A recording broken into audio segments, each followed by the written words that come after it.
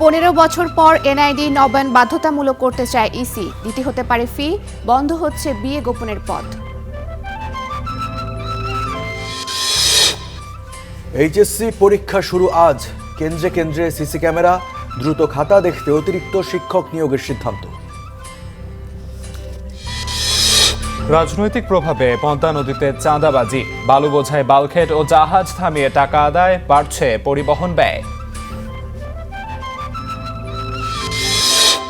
রুশ সেনাদের কাছে 30 বাংলাদেশিকে বিক্রি। যুদ্ধের ফ্রন্ট লাইনে অনিশ্চিত জীবন, হাসপাতালে ভর্তি অনেকেই। দোহায় ইরান আমেরিকার পরোক্ষ কারিগরি বৈঠক শেষ। ইতিবাচক অগ্রগতির তথ্য দিচ্ছে কাতার। গাজা লেবাননে সংঘাত চলছেই।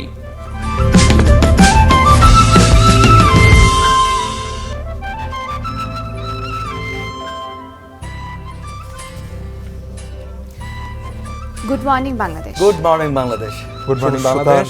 রাজধানীর আদাবরের নবোদয় হাউজিং এলাকায় ব্রাজিলের খেলা নিয়ে দ্বন্দ্বের জেরে সালিশি বৈঠক চলাকালে বিএনপির 2 নেতাকে কুপিয়ে গুরুতর জখম করা হয়েছে। হাসপাতালে নেয়ার পর সাধারণ সম্পাদক মোহাম্মদ আবুল বাশার বাদশা মারা গেছেন। বুধবার রাত 8:30টার দিকে নবোদয় বাজার এলাকায় এ ঘটনা ঘটে।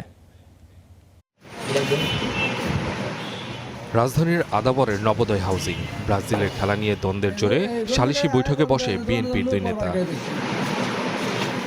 29 জুন ব্রাজিলের ফুটবল খেলা দেখা শেষে ঢোল বাজানোকে কেন্দ্র করে স্থানীয় কয়েকজন যুবকের সঙ্গে আদাবর থানা বিএনপির সদস্য হাবিবুর রহমানের বিরোধের সৃষ্টি হয়। অভিযোগ, সালিশ চলাকালে রিপন, নীরব, পারভেজ ও মাসুম নামে কয়েকজন ধারালো অস্ত্র নিয়ে হামলা চালান। এতে হাবিবুর রহমানের পক্ষে সাদ্দাম ও বাদশা গুরুতর আহত হন। এদের মধ্যে ঢাকা মেডিকেল কলেজ হাসপাতালে চিকিৎসাধীন অবস্থায় মারা যান আবুল বাশার বাদশা। টুকটাক কইছে এরারে মিলাইয়া দেও, তে মিলামিলি হয়ে গেছে। হয়ে গেলে এরা জায়গা জায়গায় ফুলা হান, এরা গ্রুপ বিএমপির সাথে আওয়ামী লীগের সাথে বিএমপি। এই যে রঞ্জু, এ হচ্ছে আওয়ামী লীগের লিডার, যুব দলের, ছাত্র দলের। তারপরে এ কইতাছে এই যে সাদ্দাম বাইরেতে চাই, সাদ্দাম তুমি বাইরে না। মামা কি করবেন, আমার তো মাইরে বলেন মামা, আপনারা যে ইয়ে করতেছেন কয় দর বাইরে আছে। হে টেলা দে দিছে রঞ্জু আর কুবের উঠে কুব 10-12 জনে খালি কুবাইতেছে। আমার হুলা কুব হে বাদশা হয়ে গেছে গা, আর আমার হুলা দৌড় মাছে দৌড়ে গে একটা দোকানে ঢুকছে। আমি গে আমার হুলারে ধরতেই আমারে মাসুম মে আমারে ইয়েটা দইরে গাটটার দইরে আমার হেলাই দিছে। আমার মাইয়া দেখেন রক্ত, আমার মাইয়ার হুলা, আমার হুলার রক্ত দিয়ে আমার মাইয়ার কাপড় সুবন আমারে বাইরে বলাই দিছে। আমার মাইয়ারে রাখছে আমার হুলার ট্যাঙ্গের তলে রাখতে। হেরা 6-7 জনে কুবাইছে, পাড়াইছে, বাদে সবাই কইছে কয় চলালা করে দে, হেরার মতন হেরা বাইয়া দিছে। আল্লাহ আছে হইরে লইছে। পুলিশ বলছে অভিযুক্তদের ধরতে অভিযান চালাচ্ছেন তারা। পরশুদিন ব্রাজিলের ফুটবল খেলা যেদিন গেছে, ওই দিন ওই খেলা দেখা একটু করে নিজেদের মধ্যে হাতাহাতি বিষয় নিয়ে আবার আজকে সন্ধ্যার পরে অপমীমাংসা সমঝোতার জন্য তারা বসছিল। ওখানে আবার তর্ক বিতর্কের এক পর্যায়ে এটা ঘটে। আমরা কাজ করতেছি, আমরা অভিযানে নামছি, কাজ করতে ওই ওদের পক্ষ থেকে এখন পর্যন্ত কি অভিযোগ নিয়ে আসে না। স্থানীয়দের দাবি, অভিযুক্তরা স্থানীয় কিশোর গ্যাংয়ের সদস্য। তবে এই বিষয়ে অভিযুক্তদের বক্তব্য পাওয়া যায়নি। Suman Mahmud, star News, Dhaka. ফরিদপুরের ভাঙ্গায় 2 গ্রামবাসীর সংঘর্ষে গুলিবিদ্ধ যুবক নিহতের ঘটনায় জড়িতদের দ্রুত গ্রেপ্তার ও বিচার দাবিতে থানা ঘেরাও এবং ঢাকা-বরিশাল মহাসড়ক অবরোধ করেছেন বিক্ষুব্ধ এলাকাবাসী। বুধবার সন্ধ্যায় প্রথমে ভাঙ্গা থানা ঘেরাও করেন তারা, পরে ঢাকা-বরিশাল মহাসড়ক অবরোধ করলে প্রায় 30 মিনিট যান চলাচল বন্ধ থাকে। জানা যায় মঙ্গলবার রাতে ভাঙ্গা পৌরসভার কাপুরিয়া সদরদি ও হাসামদিয়া গ্রামের বাসিন্দাদের সংঘর্ষে কাপুরিয়া সদরদি গ্রামের সুমন শেখ গুলিবিদ্ধ হন। পরে হাসপাতালে নেওয়া হলে চিকিৎসক তাকে মৃত ঘোষণা করেন। এলাকাবাসী হত্যাকাণ্ডে জড়িতদের দ্রুত গ্রেপ্তার ও দৃষ্টান্তমূলক শাস্তির দাবি জানান। ফরিদপুর 4 আসনের সংসদ সদস্য ও পুলিশের আশ্বাসে আন্দোলনকারীরা অবরোধ প্রত্যাহার করেন।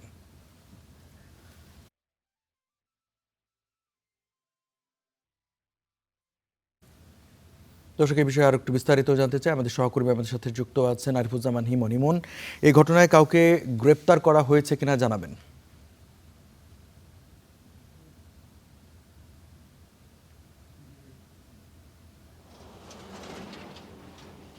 রঞ্জু, গত পরশুদিন থেকে কিন্তু এই ভাঙার বাস স্ট্যান্ড এলাকা উত্তপ্ত হয়ে আছে। গত পরশুদিনের সন্ধ্যার পর এখানে কিন্তু হাসামদে এবং কাপুরা সদরদির মধ্যে একটি সংঘর্ষ সংঘটিত হয়। সেই সংঘর্ষে কিন্তু একজন গুলিবিদ্ধ হয়, পরে তাকে হাসপাতালে নেওয়ার পথে তিনি মারা যান। হাসপাতালে নেওয়ার পর চিকিৎসক তাকে আসলে মৃত ঘোষণা করেন। এই ঘটনার পর কিন্তু গতকালকে সারাদিনই উত্তপ্ত ছিল এই ভাঙার পুরো এলাকায়। বেলা 12টার দিকে কাপুরা সদরদির এলাকাবাসী কিন্তু এই মহাসড়কেই অবরোধ করেন এবং পরবর্তীতে পুলিশের অনুরোধে তারা অবরোধ থেকে পুলিশ সরে যাওয়ার পর কিন্তু আবার তারা অবরোধ কর্মসূচি পালন করেন। এরপর আমরা দেখেছি যে সন্ধ্যার দিকে কিন্তু তারা স্থানীয় মহিলারা এবং নারী পুরুষ সকলে সম্মিলিতভাবে কিন্তু থানা ঘেরাও করেন। এক পর্যায়ে এখানকার যিনি সংসদ সদস্য তার অনুরোধে থানা থেকে তারা সরে গেলেও কিন্তু পরবর্তীতে তারা আবার মহাসড়ক অবরোধ করেন।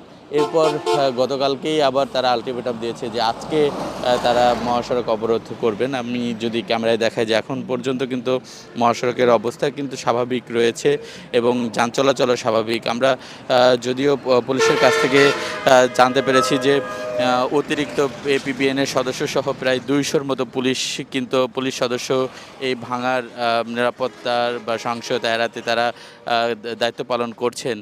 তবে এখন যেহেতু সকাল, সারা রাতি তারা ডিউটি করার পর তারা ব্রাকে ফিরে গিয়েছেন। হয়তো কিছুক্ষণ পর আবার তারা সড়কে নামবেন এবং আমরা যতটুকু জানতে পেরেছি যে আন্দোলনকারীরাও কিন্তু নিজেদের মধ্যে আলাপচারিতা করছেন যে কখন এই সড়কে নামা যায়। এই ব্যাপারটাগুলো কিন্তু আসলে আমরা জানতে পেরেছি। তবে কখন নাগাদ তারা আসলে আবার মহাসড়ক অবরোধ করবেন সে বিষয়ে এখন পর্যন্ত তথ্য আসলে সুনির্দিষ্ট করে কোনো তথ্য পাওয়া যায়নি। এই ঘটনায় কিন্তু 17 জনের মতো গ্রেফতার হয়েছে। তবে অভিযুক্ত কাপুরা সদরদির এলাকাবাসী যাকে অভিযোগ দায়ের করছেন বা যার বিরুদ্ধে তারা অভিযোগ দিচ্ছেন তাকে এখনও গ্রেফতার করা হয়নি। সেই বিক্ষোভেই কিন্তু তারা আসলে ফেটে পড়েছেন। এই ছিল রঞ্জু ভাঙা থেকে সড়ক অবরোধের সর্বশেষ খবর আমার কাছে। হিমন, আপনাকে ধন্যবাদ। জাতীয় পরিচয়পত্র এনআইডি নবায়ন বাধ্যতামূলক করার কথা ভাবছে নির্বাচন কমিশন। মেয়াদ 15 বছর পূর্ণ হলেই আসবে নবায়নের বাধ্যবাধকতা। এক্ষেত্রে ফি নির্ধারণ করা হবে কিনা আলোচনা হচ্ছে সে বিষয়ে। এছাড়া বন্ধ হচ্ছে বিয়ের তথ্য গোপন রাখার পথ। বিস্তারিত মাহমুদুল হাসানের প্রতিবেদনে। 2007-8 সালে জাতীয় পরিচয়পত্র দেওয়ার পর কেটে গেছে প্রায় 1.5 যুগ। এই সময়ের মধ্যে নাগরিকের চেহারায় এসেছে পরিবর্তন, শিক্ষাগত যোগ্যতা সহ ব্যক্তিগত তথ্যেও রয়েছে রদবদল। এছাড়াও পরিবর্তন আসতে পারে আঙ্গুলে ছাপে। এতে ব্যক্তির পরিচিতি নিশ্চিতে তৈরি হয় জটিলতা। এসব বিষয় বিবেচনায় এনআইডির তথ্য নির্দিষ্ট সময় পর পর হালনাগাদ করা প্রয়োজন বলে মনে করছে নির্বাচন কমিশন। জাতীয় পরিচয়পত্র নিবন্ধন আইন অনুযায়ী একটি এনআইডির মেয়াদ ইস্যুর তারিখ থেকে 15 বছর। এর আগে পরে নবায়নের জন্য নির্ধারিত পদ্ধতি ও ফি দিয়ে করতে হবে ইসির কাছে আবেদন। নবায়ন করার প্রসঙ্গ আগে থেকে আইনে থাকলেও এবার তা বাধ্যতামূলক করা যায় কিনা তা নিয়ে আলোচনা করছে নির্বাচন কমিশন। আমি বায়োমেট্রিকটা দিয়ে প্রমাণ করব, মানে আমি নিশ্চিত করব যে আমারটা আমার কাছেই আছে। এইটাই হচ্ছে নবায়ন। এটা তো আইনে আছে। এখন কেউ যদি বাধ্যতামূলক করার তো ব্যাপারটা না। আপনি যদি এখন যিনি নাই, মানে যিনি ইন্তেকাল করেছেন তার মধ্যে তো বাধ্যতামূলক করার তো এই মুহূর্তে আমাদের ওটা নাই, কিন্তু আইনে বলা আছে যে এটা করতে হবে। এখন এটা নিয়ে this is a very recent one. আমরা এটা নিয়ে একটু কথা বলি। বাধ্যতামূলক প্রয়োজনীয় হলে বাধ্যতামূলক করতে হবে। তবে এক্ষেত্রে নাগরিকদের ভোগান্তি পোহাতে যেন না হয় সে দিকটিও বিবেচনায় রাখা হয়েছে বলে জানিয়েছেন ইসির সিনিয়র সচিব। সংশোধনের ব্যাপার হচ্ছে সংশোধন প্রাসঙ্গিক হয়, কারণ আমাদের প্রথম দিকে যে সমস্ত ডেটা কালেক্ট করা হয়েছে সেখানে আমাদের আপনার ডেটা এন্ট্রিতে প্রবলেম হচ্ছে, ডেটা কালেকশনেও প্রবলেম থাকতে পারে। কতগুলো জিনিস আছে মৌলিক জায়গাতে সংশোধনের বিষয় হলে তখন আমাদেরকে একটু সচেতন হতে হয়। আপনি যদি আপনার নামটা সম্পূর্ণ পরিবর্তন চান তাহলে স্বাভাবিকভাবে প্রশ্ন উঠবে যে তাহলে আগেরটা ভুল না পরেরটা ভুল। আগেরটা যদি ভুল হয়ে থাকে তাহলে এটা যদি সঠিক থাকে তাহলে আগে আপনি দেন নাই কেন? এই জায়গাটা কি আমার যাচাই করার এখতিয়ার নাই? পাশাপাশি জাতীয় পরিচয়পত্রে বিয়ের তথ্য গোপন রাখার পথও বন্ধ করতে যাচ্ছে নির্বাচন কমিশন। এক্ষেত্রে কাবিননামা ও তালাকনামা অনলাইনে স্বয়ংক্রিয়ভাবে যাচাইয়ের উদ্যোগ নিয়েছে তারা। Mahmudul Hasan, star News, Dhaka. বাংলাদেশে জ্বালানি সংকট মোকাবেলায় জাপানের সহযোগিতা আরও বাড়ল। $312 মিলিয়ন থেকে বাড়িয়ে $500 মিলিয়ন দেওয়ার বিষয়ে ইতিবাচক সাড়া পাওয়া গেছে। বুধবার বিকেলে সচিবালয়ের প্রধানমন্ত্রী তারেক রহমানের সঙ্গে সাক্ষাৎ করেছেন জাপানের একটি প্রতিনিধি দল। এ সময় দেশটির বৈদেশিক সম্পর্ক বিষয়ক সংসদীয় ভাইস মিনিস্টার শিমাদা তোমাকির নেতৃত্বে জাইকার প্রেসিডেন্টও উপস্থিত ছিলেন। সাক্ষাৎকালে মাতারবাড়ি গভীর সমুদ্র বন্দর, মেট্রো রেল, হজরত শাহজালাল বিমানবন্দরের 3য় টার্মিনাল সহ জাইকার অর্থায়নে দেশে চলমান বিভিন্ন উন্নয়ন প্রকল্পের বাস্তবায়নের অগ্রগতি নিয়ে আলোচনা হয়। অন্যদিকে Bangladesh Japan economic partnership agreement দ্রুত এগিয়ে নেওয়ার বিষয়েও উভয় পক্ষ অঙ্গীকার পুনর্ব্যক্ত করে।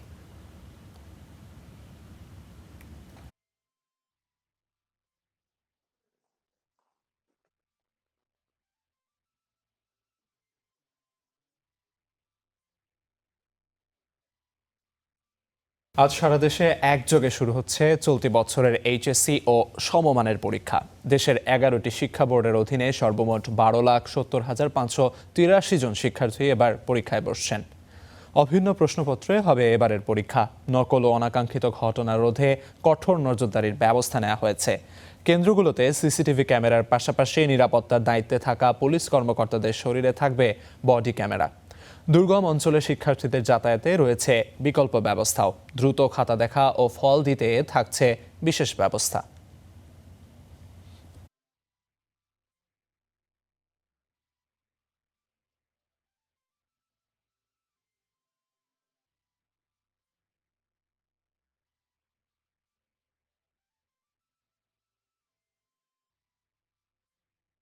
আজ সারা দেশে একযোগে শুরু হচ্ছে চলতি বছরের এইচএসসি ও সমমানের পরীক্ষা। এ নিয়ে আরও জানাতে আমাদের সাথে সরাসরি যুক্ত হচ্ছেন খুলনা থেকে রফিউল ইসলাম টুটুল এবং বরিশাল থেকে সহকর্মী সৈয়দ মেহেদী হাসান। প্রথমে যেতে চাই খুলনায়। টুটুল, আজ থেকে তো এইচএসসি ও সমমানের পরীক্ষা শুরু হচ্ছে। এরই মধ্যে হয়তো পরীক্ষা কেন্দ্রে শিক্ষার্থীরা হয়তো আসতে শুরু করেছেন বা সর্বোপরি প্রস্তুতি নেওয়া শেষ হয়ে গেছে। তো সবকিছু মিলিয়ে পরীক্ষা কেন্দ্রের পরিবেশ কেমন এখন?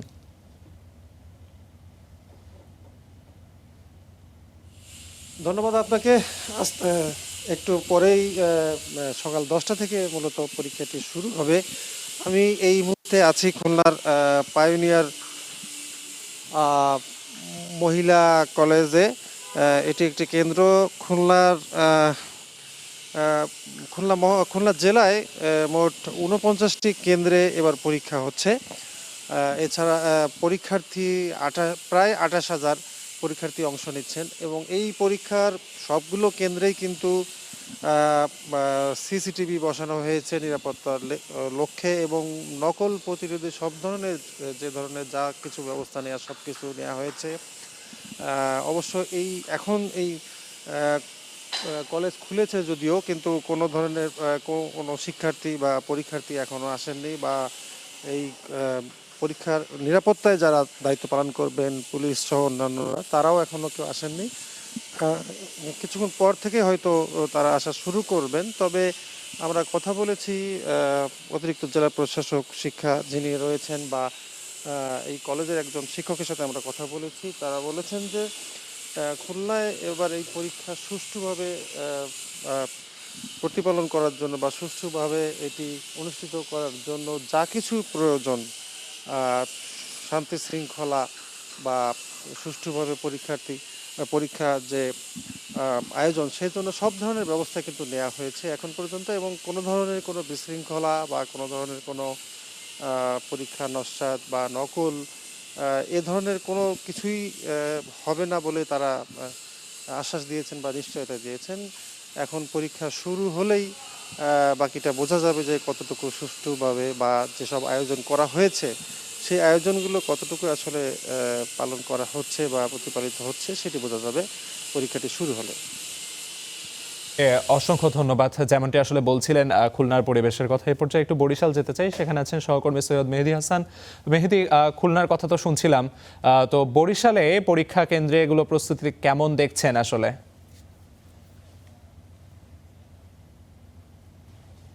ধন্যবাদ আলিফ, আপনাকে শুভ সকাল। আমি এই মুহূর্তে রয়েছি সরকারি বরিশাল কলেজ কেন্দ্রে। এই কেন্দ্রে পরীক্ষার্থী অংশগ্রহণ করবে 950 জন। আমরা এই ভোরবেলা এসে কাকডাকা ভোরে এসে যে চিত্রটি দেখলাম যে যদিও এই ক্যাম্পাসে নির্মাণাধীন, সে কারণে গেট উন্মুক্ত রয়েছে, তবে যেখানে পরীক্ষা হবে সেখানে কিন্তু প্রস্তুতি নেওয়া হয়েছে। প্রত্যেক কক্ষে কক্ষে কিন্তু সিসি ক্যামেরা রয়েছে এবং শিক্ষার্থীদের যে রোল নাম্বার সম্বলিত বোর্ড সেটি কিন্তু প্রদর্শন করা হয়েছে। ইতিমধ্যে কয়েকজন শিক্ষার্থী এসেছেনও, তারা সেটি দেখছেন। আমাদেরকে গতকালকে বোর্ড চেয়ারম্যান ইউনুস আলী সিদ্দিকী তিনি যেমনটি জানিয়েছেন যে এবছর বরিশাল শিক্ষা বোর্ডে মোট অংশগ্রহণ করছে 350 কলেজ এবং তারা 142টি কেন্দ্রে আজকে পরীক্ষা দিবেন এবং এই পরীক্ষার যুদ্ধে নামার কথা 60,436 জন।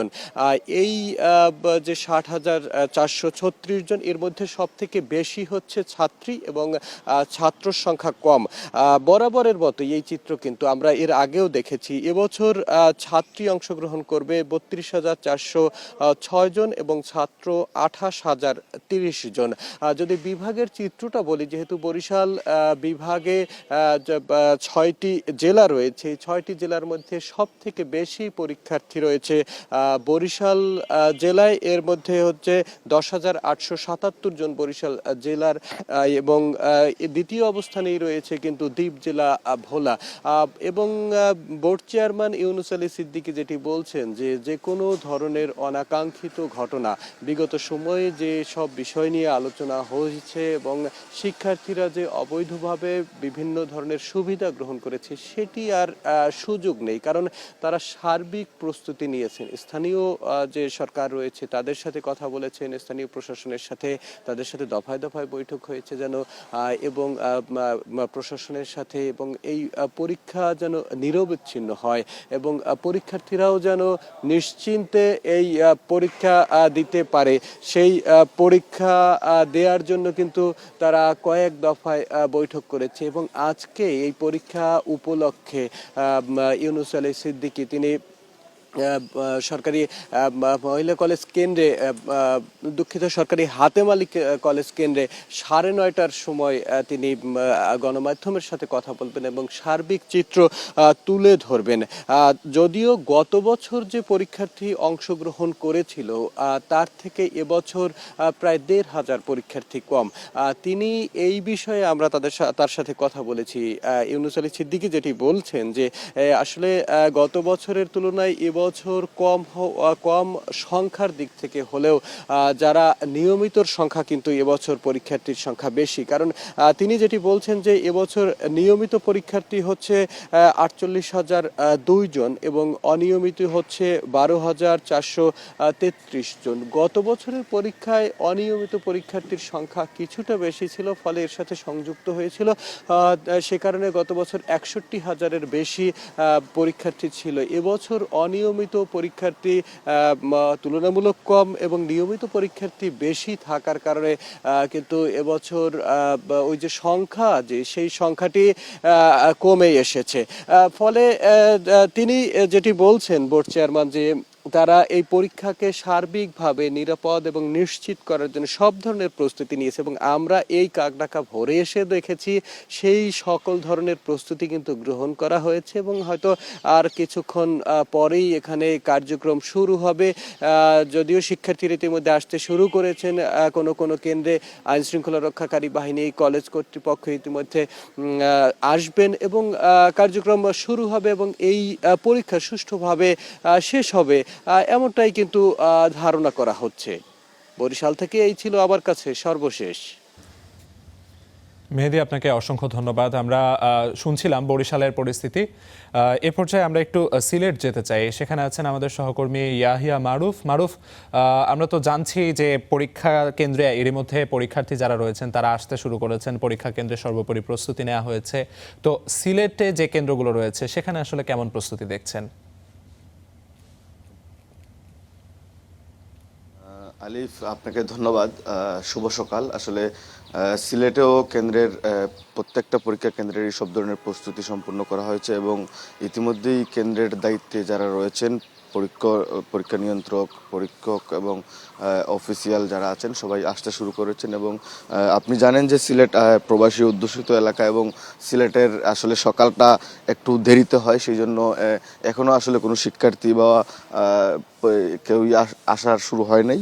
এবং এখন ঝাড়ু দেওয়া এবং পরিষ্কার পরিচ্ছন্নতা এবং প্রস্তুতির কাজ চলছে।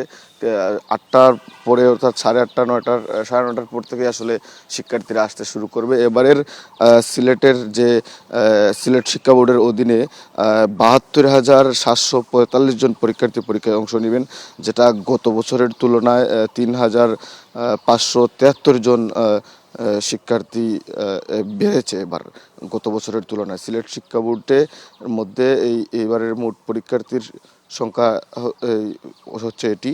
এছাড়াও জেলাভিত্তিক যদি আমি আপনাকে বলি যে সিলেট জেলার 155টি শিক্ষা প্রতিষ্ঠান থেকে 31,215 জন শিক্ষার্থী 38টি কেন্দ্রে পরীক্ষায় অংশগ্রহণ করবেন এবং সুনামগঞ্জ জেলায় 73টি শিক্ষা প্রতিষ্ঠান থেকে 13,870 জন শিক্ষার্থী মোট 22টি কেন্দ্রে পরীক্ষায় অংশ নেবেন। মৌলভীবাজার জেলায় 53টি শিক্ষা প্রতিষ্ঠানের 14,739 জন শিক্ষার্থী 16টি কেন্দ্রে পরীক্ষায় অংশগ্রহণ করবেন। একইভাবে হবিগঞ্জ জেলার 55টি শিক্ষা প্রতিষ্ঠানের 12,921 জন শিক্ষার্থী 20টি কেন্দ্রে পরীক্ষায় অংশ নেবেন। আজকে সিলেটের পুলিশের পক্ষ থেকে, মহানগর পুলিশের পক্ষ থেকে পরীক্ষার জন্য সব ধরনের নিরাপত্তা ব্যবস্থা নিশ্চিত করেছেন। এছাড়াও পরীক্ষা কেন্দ্রের 200 গজের মধ্যে যেন কোনো ধরনের মিছিল, মিটিং এবং সভা সমাবেশ এবং জনসমাগম না করা হয়, পুলিশ কমিশনারের পক্ষ থেকে সেই বিষয়গুলো জানানো হয়েছে এবং সব ধরনের নিরাপত্তা নিশ্চিত করা হয়েছে যেন কোনো ধরনের নকল সহ কোনো ধরনের অপ্রীতিকর পরিস্থিতি তৈরি না হয় এবং পরীক্ষা কেন্দ্রে যেন কোনো ধরনের বিশৃঙ্খলা না ঘটে, সেই জন্য সব ধরনের নিরাপত্তা জেলা প্রশাসন এবং পুলিশ প্রশাসনের পক্ষ থেকে নেওয়া হয়েছে বলে আমাদেরকে জানানো হয়েছে। এই ছিল আমার কাছে সিলেট থেকে সবশেষ। আলিফ, মারুফ, আপনাকে অসংখ্য ধন্যবাদ। দর্শক, আমাদের অনেকেরই সকালে পত্রিকা পড়ার একটি অভ্যাস থেকে থাকে এবং আপনাদের জন্য আমাদের বিশেষ আয়োজন এবং সেই সাথে এখন ঘড়ির কাঁটায় 8টা বাজতে চলেছে এবং আমরা অনেকেই হয়তো বাসা থেকে বেরিয়ে পড়েছি এবং সেই সাথে আজ জানাবো আপনাদের ওয়েদার আপডেট, সেই সাথে ট্রাফিক আপডেট রয়েছে এবং পত্রিকার খবরগুলো নিয়ে আমাদের আরেকটি স্টুডিওতে আছেন সহকর্মী আলিফ, তিনি জানাবেন বিস্তারিত। আলিফ, আপনাকে অসংখ্য ধন্যবাদ। যেমনটি আসলে বলছিলেন, দিনের শুরুটা আমরা অনেকেই করে থাকি পত্রপত্রিকার পাতায় চোখ বুলিয়ে এবং প্রধান শিরোনাম যেগুলো রয়েছে সেগুলো দেখতে দেখতে। তো দর্শকদের সেই কাজকে অনেকাংশে সহজ করে দিতে প্রতিদিনের মতো আজও আমরা জানাবো দেশের সর্বাধিক পঠিত যে পত্রপত্রিকাগুলো রয়েছে সেই পত্রিকাগুলোর প্রথম পাতায় কি কি শিরোনাম উঠে এসেছে। প্রথমেই দেখতে চাই দৈনিক প্রথম আলো। দৈনিক প্রথম আলোর প্রথম পাতায় যদি আমরা খেয়াল করি, সেখানে প্রধান যে শিরোনাম বা প্রথম যে প্রতিবেদনটি রয়েছে তার শিরোনাম স্বাভাবিকভাবে আজ এইচএসসি পরীক্ষা শুরু হতে যাচ্ছে, যেমনটি আমরা বলছিলাম। তো সেই এইচএসসি পরীক্ষা নিয়ে এখানে একটি প্রতিবেদন করা হয়েছে যার শিরোনাম হলো 36% শিক্ষার্থী পরীক্ষা দিচ্ছেন না, যেটা একটি ভয়াবহ রকমের তথ্য কিন্তু। অর্থাৎ এই যে শিক্ষার্থী যারা রয়েছেন তাদের মধ্যে 36% শিক্ষার্থী এইচএসসি পরীক্ষায় অংশগ্রহণ করছেন না, মানে প্রায় অর্ধেকের কাছাকাছি প্রায় শিক্ষার্থী তারা পরীক্ষায় অংশগ্রহণ করছে না। অর্থাৎ সেই জায়গায় কেন পরীক্ষায় অংশগ্রহণ করছেন না, কি কি সমস্যা রয়েছে এবং সেই জায়গায় একটি প্রতিবেদনে এখানে সেই বিষয়গুলো তুলে ধরা হয়েছে এবং একটি তথ্য প্রকাশের মাধ্যমে দেখানো হয়েছে পরীক্ষা না দেওয়া শিক্ষার্থীদের মধ্যে কে কোন বোর্ডে এবং কারা আসলে ঠিক কত জায়গায় ঝরে গেছে, আসলে সেই বিষয়টি নিয়েও এখানে কথা বলা হয়েছে। এবং এই যে এই অনুপস্থিতি নিয়ে অভিমত, অর্থাৎ যারা সাবেক তত্ত্বাবধায়কের সরকারের যে উপদেষ্টা ছিলেন হোসেন জিল্লুর রহমান বিশেষজ্ঞ হিসেবে, তার মতামত উল্লেখ করে এখানে একটি প্রতিবেদনে দেওয়া হয়েছে তার অভিমতটিকে। সেই সঙ্গে এইচএসসি পরীক্ষার প্রসঙ্গ বাদ দিয়ে যদি পরের যে শিরোনামটি রয়েছে সেটির দিকে যদি তাকাই, সেখানে আসলে স্বাভাবিকভাবে বাজেট পরবর্তী যে ইস্যুগুলো নিয়ে কথা হয়, অর্থনৈতিক নানা বিষয় নিয়ে কথা হয়, সেখানে একটি প্রতিবেদন করা হয়েছে। অর্থাৎ সেখানে বলা হয়েছে, শিরোনাম করা হয়েছে সঞ্চয়পত্রের মুনাফার হার কমবে না। অর্থাৎ মধ্যবিত্তের বিনিয়োগের একটি অন্যতম মাধ্যম কিন্তু এই সঞ্চয়পত্র। সেখানে একটি শঙ্কার জায়গা তৈরি হয়েছিল বাজেটের পর থেকে যে এই মুনাফা হয়তো কমানো হতে পারে, তবে সেই জায়গায় আসলে আশার বাণী শোনানো হচ্ছে যে মুনাফার হার কমানো হবে না। সেই সঙ্গে আন্তর্জাতিক ইস্যু রয়েছে এখানে, সেটি হচ্ছে যুক্তরাষ্ট্রের সুপ্রিম কোর্ট যে ব্যাপারটি আমরা গত কয়েকদিন ধরে খবরে দেখছিলাম যে 2 দিনে ট্রাম্পের বিপক্ষে 4টি রায় হয়েছে। অর্থাৎ এই জায়গায় ট্রাম্পের সঙ্গে যে ট্রাম্প প্রশাসনের সঙ্গে যে আসলে মার্কিন নীতির যে এক ধরনের দ্বিমুখী মনোভাব, সেই মনোভাবটি নিয়ে কিন্তু আসলে সুপ্রিম কোর্টের পক্ষ থেকে ট্রাম্প বিরোধী রায় দেওয়া হয়েছে। অর্থাৎ ট্রাম্প বিরোধী রায় বলতে যদি আমরা এখানে বলি, যেমনটি আসলে এর আগে চলছিল, ট্রাম্পের যুদ্ধ ক্ষমতা কমানো নিয়ে কিন্তু মার্কিন সিনেটে ট্রাম্পের বিরুদ্ধে রায় প্রকাশ পেয়েছে। সেই সঙ্গে এখন সুপ্রিম কোর্টের পক্ষ থেকেও আসলে ট্রাম্প বিরোধী মতামত বা ট্রাম্প বিরোধী রায় কিন্তু আসতে শুরু করেছে, যে বিষয়টি আসলে স্বাভাবিকভাবেই ট্রাম্পের জন্য এক ধরনের শঙ্কার জায়গা, এবং ট্রাম্পের যে প্রশাসন, সেই প্রশাসনের জন্যও কিন্তু আসলে বেশ হুমকি স্বরূপ। কেননা আপনারা জানেন সামনে নভেম্বরে আগাম নির্বাচন রয়েছে যুক্তরাষ্ট্রে, এবং সেই মধ্যবর্তী নির্বাচনে আসলে ট্রাম্পের এই যে তার যুদ্ধনীতি সহ তার অর্থনৈতিক যে প্রভাব, সেই প্রভাবের বিরুদ্ধে গিয়ে আসলে ট্রাম্পের মার্কিন যে সিনেট রয়েছে, সেই সিনেট, সেই সঙ্গে মার্কিন সুপ্রিম কোর্ট, এই বিষয়গুলো যে আসলে ট্রাম্পের হাত ছাড়া হয়ে যাচ্ছে বা ট্রাম্প যে ধরনের মনোভাব করছেন সেই ব্যাপারে যে আসলে তাদের রায় একমত হচ্ছে না, সেই বিষয়গুলো কিন্তু আসলে মার্কিন যে জনগণ রয়েছেন, সেই জনগণ যে আসলে ক্ষুব্ধ কিংবা ট্রাম্পের এই নীতির ওপর যে তারা আস্থা রাখতে পারছে না, তারই কিন্তু একটি ফলপ্রকাশ কিংবা তারই একটি প্রকাশ হিসেবে এটি উঠে আসছে। এবং সেটি আসলে ট্রাম্পের যে মধ্যবর্তী নির্বাচন, সেই নির্বাচনে যে প্রভাব রাখবে, সেটি কিন্তু আসলে এই প্রতিবেদনে বলা হচ্ছে। তো সেই সঙ্গে যদি আমরা দেখি, এখানে স্বাভাবিকভাবেই ফুটবল বিশ্বকাপ চলছে, সেখানে ফুটবল বিশ্বকাপের খবরাখবর উঠে এসেছে। ফুটবল বিশ্বকাপের খবরাখবর থাকলে সেখানে আসলে যেমনটি আসলে দেখানো হচ্ছিল যে ফ্রান্স যে একের পর এক তাদের জয়রথ ছুটিয়ে চলেছে এবং সেই সঙ্গে গোল বন্যা ছুটিয়ে চলেছে, সে ব্যাপারটি নিয়ে এখানে বলা হয়েছে ঝড়ের অন্য নাম ফ্রান্স। অর্থাৎ ফ্রান্সের এখানে যে খেলা চলছিল, সেই খেলা নিয়ে ফ্রান্স যেমনটি আসলে করেছে, তাদের যে পারফরমেন্স, সেই পারফরমেন্স নিয়ে এখানে কথা বলা হয়েছে।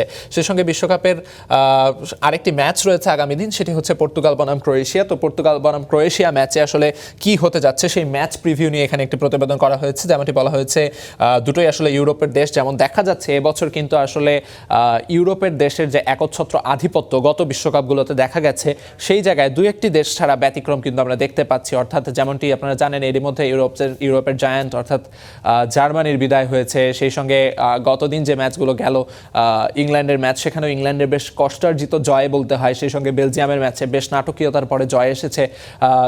প্যারাগুয়ের কাছে যে জার্মানির বিদায়, সেখানে একটি লাতিন আমেরিকার দেশের কাছে ইউরোপের একটি দেশের বিদায়, সেই বিষয়গুলোকে আসলে ইউরোপের যে খেলা বা ফুটবলের যে শৈল্পিক ফুটবল খেলার যে অভ্যাস ইউরোপের, সেই জায়গায় কিন্তু এক ধরনের ধাক্কা বলা যেতে পারে। নেদারল্যান্ডস বাদ পড়ে গেছে। তো এই যে ইউরোপের ফুটবলে এক ধরনের যেটা বলা যায় যে ইউরোপের ফুটবলের এক ধরনের নড়বড়ে অবস্থা, সেই জায়গায় আসলে এই পর্তুগাল ক্রোয়েশিয়া ম্যাচ নিয়ে আলাদা নজর থাকতেই পারে। দুটো ইউরোপের দেশ, তারা একে অপরের বিপক্ষে কেমন খেলছে, সেটি নিয়ে এক ধরনের ম্যাচ প্রিভিউ এখানে প্রতিবেদনে করা হয়েছে। তো এ পর্যায়ে যদি আমরা পরবর্তী দৈনিকে যেতে চাই, দৈনিক সমকাল রয়েছে আমাদের কাছে। দৈনিক সমকালে আমরা দেখতে পাচ্ছি প্রথম পাতায় যে শিরোনাম করা হয়েছে, সেটি হচ্ছে 59 রাজনৈতিক নেতাকর্মী খুন, বিএনপির 45 জন। অর্থাৎ গত 6 মাসে, অর্থাৎ 1 জানুয়ারি থেকে শুরু করে 15 জুন পর্যন্ত যে তথ্য রয়েছে, সেই তথ্যের ভিত্তিতে এখানে একটি প্রতিবেদন করা হয়েছে। প্রতিবেদনে দেখা যাচ্ছে যে আসলে এখানে বিভিন্ন রকম তথ্যের মাধ্যমে দেখানো হয়েছে রাজনৈতিক বিরোধে যে খুনের সংখ্যা এবং অন্যান্য বিভিন্ন ঘটনায় খুনের সংখ্যা। যেমন আজও কিন্তু আমরা একটি খবর আপনাদের জানাচ্ছিলাম, যেখানে কিনা ফুটবল বিশ্বকাপ অর্থাৎ ব্রাজিলের খেলা নিয়ে কথা কাটাকাটির এক পর্যায়ে কিন্তু বিএনপি নেতাকে কুপিয়ে জখম করা হয়েছে, খুনের ঘটনা ঘটেছে। তো এই বিষয়গুলো নিয়ে এখানে প্রতিবেদন করা হয়েছে। অর্থাৎ সর্বোপরি আইন শৃঙ্খলা পরিস্থিতি নিয়ে এখানে যে এক ধরনের অস্থিরতা বা অস্থিতিশীলতা, সেটি কিন্তু এই প্রতিবেদনে উঠে এসেছে। সেই সঙ্গে বিভাগ ভিত্তিক তথ্য এখানে দেওয়া হয়েছে, যেমনটি দেখানো হচ্ছে চট্টগ্রামে 23 মাসে 136 খুন, সেখানে 55 জন বিএনপির।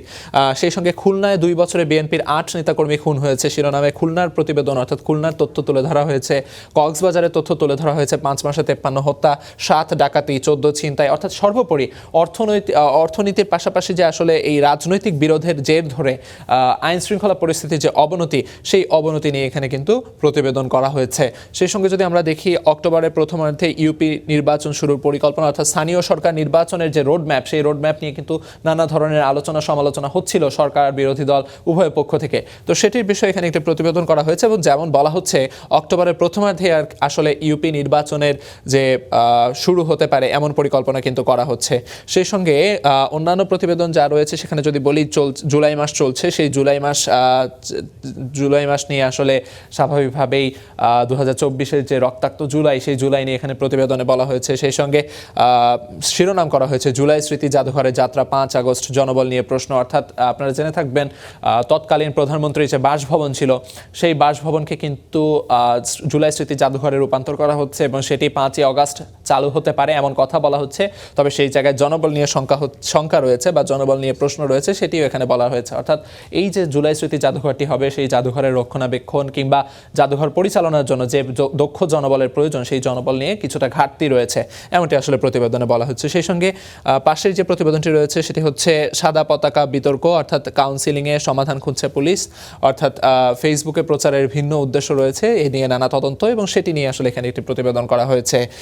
পাশের প্রতিবেদনটির দিকে যদি খেয়াল করি, শিক্ষক বদলিতে গণ্যমান্য ব্যক্তি প্রভাব বিস্তারের আশঙ্কা। অর্থাৎ প্রাথমিক বিদ্যালয়ে শিক্ষক বদলি যেমনটি আসলে একটি বেশ গুরুত্বপূর্ণ ঘটনা। যেমন প্রাথমিক শিক্ষক যারা রয়েছেন, প্রাথমিক বিদ্যালয়ের শিক্ষক, তাদের আসলে নিজ এলাকায় শিক্ষকতা করা কিংবা সেই এলাকায় বদলি হওয়ার একটি বিষয় রয়েছে। তবে এই বদলিতে এলাকার গণ্যমান্য ব্যক্তি রয়েছেন যারা, তাদের আসলে প্রভাব বিস্তারের একটি কথা এখানে প্রতিবেদনে উঠে এসেছে। সেই সঙ্গে ফুটবল বিশ্বকাপ চলছে, সেখানে স্বাভাবিকভাবেই ইংল্যান্ডের খেলা যেমনটি আসলে গতদিন বলছিলাম সেটি নিয়ে প্রতিবেদন করা হয়েছে এবং আগামীকালের যে ম্যাচ রয়েছে পর্তুগাল বনাম ক্রোয়েশিয়া, সেখানে রোনালদো মদ্রিচ দ্বৈরথের অপেক্ষায় এক সময়কার ক্লাব ফুটবলের তারা সতীর্থ ছিলেন, তারা আজ মুখোমুখি হতে যাচ্ছে, সেটি নিয়ে এখানে প্রতিবেদন করা হয়েছে। দৈনিক যুগান্তরে যদি দেখি সেখানে প্রতিবেদনে কি উঠে এসেছে বা শিরোনামগুলো যদি এক নজরে আপনাদের জানিয়ে দিতে চাই ছোট করে, সেখানে স্বাভাবিকভাবেই বছরে 3 মিটার নামছে ভূগর্ভস্থ পানির স্তর। অর্থাৎ এই জায়গায় প্রাকৃতিক এক ধরনের দুর্যোগ নিয়ে কথা বলা হচ্ছে, অর্থাৎ 3 মিটার করে নামছে প্রতি বছর, এটি নিয়ে এখানে বলা হয়েছে। সেই সঙ্গে সব বিশ্ববিদ্যালয়ে অবস্থান কর্মসূচি ঘোষণার শিরোনামে গত জুলাই বিপ্লবের, অর্থাৎ 2024-এর যে জুলাই, সেই জুলাইয়ের যে ঘটনা সেটি আসলে এখানে প্রতিবেদন করা হয়েছে। সেই সঙ্গে এখানে যেমনটি দেখতে পাচ্ছি নতুন অর্থ বছরের যে বাজেট হয়েছে, সেই বাজেট নিয়ে যে প্রত্যাশা এবং চ্যালেঞ্জ, সেটি শিরোনামে এখানে একটি প্রতিবেদন করা হয়েছে। 5ই আগস্টের মধ্যে জুলাই স্মৃতি জাদুঘর খুলে দিতে হতে পারে এমন কথা বলে কিন্তু এখানে প্রতিবেদন করা হয়েছে। সেই সঙ্গে সংসদীয় রাজনীতির ইতিবাচক বার্তা, এই বছরে যে বাজেট অধিবেশন গেছে, সেই বাজেট অধিবেশনে আসলে সরকার বিরোধী দলের মধ্যে যে ধরনের আলোচনা সমালোচনা হয়েছে, সেগুলো নিয়ে যে আসলে সংসদীয় রাজনীতির এক ধরনের ইতিবাচক বার্তা হিসেবে দেখা হচ্ছে, সেটি আসলে এই প্রতিবেদনে তুলে ধরা হয়েছে। সেই সঙ্গে তিস্তার উন্নয়নমূলক কাজ সার্বভৌম অধিকার, অর্থাৎ পানি সম্পদ মন্ত্রী যিনি রয়েছেন তার একটি সাক্ষাৎকার এখানে প্রতিবেদন হিসেবে উঠে এসেছে। ফুটবল বিশ্বকাপ চলছে, সেই ফুটবল বিশ্বকাপের খবর রয়েছে ফরাসি সৌরভের মৌতাদ ভয়ঙ্কর সুন্দর ফুটবলে। অর্থাৎ যেমন আসলে ফ্রান্সের ফুটবল নিয়ে কথা হচ্ছিল, অন্যান্য পত্রিকায় দেখছিলাম, সেটি আসলে এখানে প্রতিবেদনে উঠে এসেছে। এই পর্যায়ে যদি দৈনিক আমার দেশের দিকে তাকাই, সেখানে প্রথম পাতায় যে বিষয়টি উঠে এসেছে সেটি হচ্ছে সাবেক পুলিশ প্রধান বেনজির, তাকে ফেরানো নিয়ে যে অনিশ্চয়তা, অর্থাৎ কী প্রক্রিয়ার মধ্যে তাকে দেশে ফিরিয়ে আনা হবে এবং তার শাস্তি বিধান করা হবে, সেটি নিয়ে এখানে প্রতিবেদন করা হয়েছে। সেই সঙ্গে জুলাই বিপ্লবের যে ঘটনা, সেটি নিয়ে এখানে প্রতিবেদন রয়েছে। কোটা বাতিলের দাবিতে সারা দেশে অবরোধ, কাজ শুরু করেছে জামায়াতের ছায়া মন্ত্রিসভা, অর্থাৎ মত বিনিময় সভায় বিরোধী দলীয় নেতারা যেমনটি জানিয়েছেন, সেটি নিয়ে এখানে প্রতিবেদনে উঠে এসেছে। এইচএসসি সমমানের পরীক্ষা শুরু আছে, সেটি নিয়ে একটি প্রতিবেদন রয়েছে। সেই সঙ্গে বাজেট পরবর্তী যেটি হয়ে থাকে, ঋণ খেলাপি থেকে বাঁচাতে সিটি গ্রুপকে বিশেষ সুবিধা, অর্থাৎ সিটি গ্রুপের যে এক ধরনের অর্থনৈতিক টানাপোড়েন, সেটি নিয়ে এখানে প্রতিবেদন করা হয়েছে। সেই সঙ্গে পাশেই যেটি দেখা যাচ্ছে 2000 টাকার জন্য জোড়া খুন, এখন শুধুই হাহাকার, অর্থাৎ সর্বোপরি আইন শৃঙ্খলা পরিস্থিতির একটি প্রতিবেদন এখানে রয়েছে। ফুটবল বিশ্বকাপের খবর রয়েছে। এ পর্যায়ে যদি আমরা দ্য নিউ এজ দেখতে চাই, দ্য নিউ এজের প্রথম পাতায় যে শিরোনামগুলো রয়েছে, সেখানে হচ্ছে প্রথম শিরোনামটি দেখা যাচ্ছে deadly dengue strain fans high fatality fear. অর্থাৎ এখানে যেমনটি দেখানো হচ্ছে যে ডেঙ্গু যে বিষয়টি, যেটি নিয়ে আমরা কয়েকদিন ধরে প্রতিবেদনে দেখাচ্ছিলাম বা খবরে বলার চেষ্টা করছিলাম যে শহরাঞ্চলের বাইরে গ্রামাঞ্চলেও এখন ডেঙ্গুর প্রভাব বাড়তে শুরু করেছে, সেটি এখানে প্রতিবেদনে রয়েছে। সেই সঙ্গে অন্য যে শিরোনাম রয়েছে সেগুলো যদি তাকাই, ensure justice for July massacre NCP two government, অর্থাৎ এনসিপির পক্ষ থেকে যেমনটি আসলে দেখানো হয়েছে সেই বিষয়গুলো নিয়ে এখানে প্রতিবেদন করা হয়েছে। Jamaat slams government for not taking July programmes, অর্থাৎ সর্বোপরি জুলাই ব্যাপারগুলো নিয়ে এখানে বেশ কিছু প্রতিবেদন রয়েছে। JC vows to uphold July spirit. সেই সঙ্গে 13 পেজ প্রাইমারি স্কুল টিচার আসলে vacancies hit CHT Eden Hard, primary শিক্ষক নিয়ে এখানে কথা রয়েছে। ঢাকা এক্সপ্যান্ডস ইন্টু পূর্বাচল, অর্থাৎ ঢাকা ডিএমপির পক্ষ থেকে পূর্বাচলে police station, police training station, এই ব্যাপারগুলো নিয়ে এখানে প্রতিবেদনে বলা হয়েছে। এ পর্যায়ে যদি দর্শক, আমরা শুরুতে যেমন ফারিয়া বলছিলেন যে আমরা এই পর্যায়ে আপনাদের আবহাওয়ার খবর জানিয়ে দিতে চাই, তো সেই আবহাওয়ার খবরে আমরা প্রথম যেভাবে শুরু করি, আমরা আসলে বিশ্বের নানা দেশে যে দেশগুলোতে যে বায়ুমান কেমন রয়েছে সেগুলো নিয়ে কথা বলি আমরা শুরুতে আপনাদের সঙ্গে। তো সেটিও আসলে জানিয়ে দিতে চাই, যেমনটি আসলে গতদিন আমরা দেখছিলাম মেলবোর্ন, ক্যানবেরা, সিডনি, 3টি দেশ ছিল পরপর 3টি শীর্ষস্থানে। সে জায়গায় ক্যানবেরার কিছুটা অধপতন হয়েছে বায়ুমানের দিক থেকে, তবে মেলবোর্ন আর সিডনি কিন্তু ঠিকই তাদের শীর্ষস্থান ধরে রেখেছে। ক্যানবেরা প্রথম 3-এর মধ্যে ছিল গতদিন, সেটি আজ 5-এ নেমে গেছে। সেই জায়গায় ডাবলিন এবং ব্রাসেলসকে উঠে আসতে দেখা যাচ্ছে। বার্মিংহাম স্বাভাবিকভাবেই গতদিন যেখানে ছিল সেখানেই রয়েছে, 6 নম্বর স্থানে রয়েছে, এবং প্রত্যেকটির বায়ুমান সূচক কিন্তু আসলে খুবই ভালো, অর্থাৎ 50-এর নিচে থাকলে আমরা যেমন বলে থাকি স্বাস্থ্যকর বায়ু, সেরকম স্বাস্থ্যকর বায়ু এখানে দেখা যাচ্ছে। জাপানের কোব রয়েছে, সেই সঙ্গে স্লোভাকিয়ার শহর দেখা যাচ্ছে, লন্ডন রয়েছে। এ পর্যায়ে যদি আমরা ঢাকার অবস্থান খুঁজে দেখতে চাই, ঢাকার অবস্থানটি ঠিক কোথায় সেটি দেখতে গেলে যেমনটি আসলে দেখা যাচ্ছে এই মুহূর্তে ঢাকার অবস্থান কিন্তু 4-এ উঠে এসেছে এবং বায়ুমান সূচক 134, অর্থাৎ 100 ছাড়িয়ে গেছে। যেমনটি বলা হয় 100 ছাড়িয়ে গেলে সেখানে ঢাকার বায়ুমানকে স্বাভাবিকভাবে অস্বাস্থ্যকর বলা হয়, অর্থাৎ ঢাকার বায়ুমান যে আজ খুব একটা সুবিধাজনক স্থানে নেই সেটি কিন্তু আসলে দেখা যাচ্ছে। এ পর্যায়ে যদি আমরা ঢাকার আবহাওয়া নিয়ে কথা বলতে চাই, ঢাকার আবহাওয়ার পূর্বাভাস নিয়ে যদি বলতে হয়, যেমনটি আসলে আমরা করে থাকি অ্যাকুওয়েদারের আবহাওয়া বিশ্লেষণ করে থাকি আমরা, সেখানে যেমনটি দেখা যাচ্ছে এই ওয়েবসাইটে এখন এই মুহূর্তে তাপমাত্রা দেখানো হচ্ছে 27 ডিগ্রি সেলসিয়াস, যেটি কিনা অনুভূত হচ্ছে প্রায় 34 ডিগ্রি সেলসিয়াসের কাছাকাছি।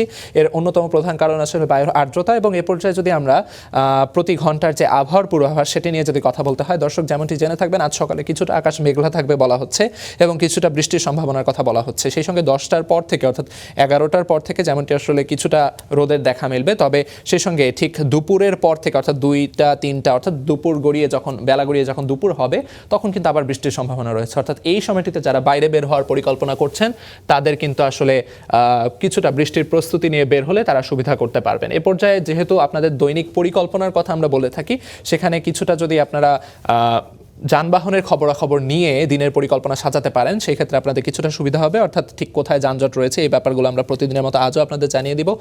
দর্শক যেমনটি দেখা যাচ্ছে এরই মধ্যে কিন্তু তেজগাঁ সহ যে প্রধান যে এই সড়কটি, অর্থাৎ তেজগাঁ ফার্মগেট, এই পাশটাতে যেমনটি দেখা যায় এখানে কিন্তু এরই মধ্যে বেশ যানবাহনের চাপ বেড়ে গেছে, অর্থাৎ যানজট দেখা যাচ্ছে। এই জায়গাটিতে আসলে যানজট খুব বেশি দেখা যাচ্ছে। এছাড়া শহরের অন্যান্য পাশে কিন্তু তেমন যানজট দেখা যাচ্ছে না, যেমন অন্যান্য দিন যেমন হয়ে থাকে হাতিরঝিল হয়ে রামপুরা বাড্ডা ইউলুপ ঘুরে যারা চলাচল করেন তাদের যানজট পোহাতে হয়, এখানে যানবাহনের চাপ বেশি থাকে। তবে আজ কিন্তু তার ব্যতিক্রম, এখানে দেখা যাচ্ছে হাতিরঝিল ইউলুপ হয়ে যারা চলাচল করবেন তাদের আসলে তেমন যানবাহনের চাপ আপাতত পোহাতে হবে না, তবে বেলা বাড়ার সঙ্গে সঙ্গে সেখানে যানজটের সংখ্যা কিন্তু থেকেই যায়।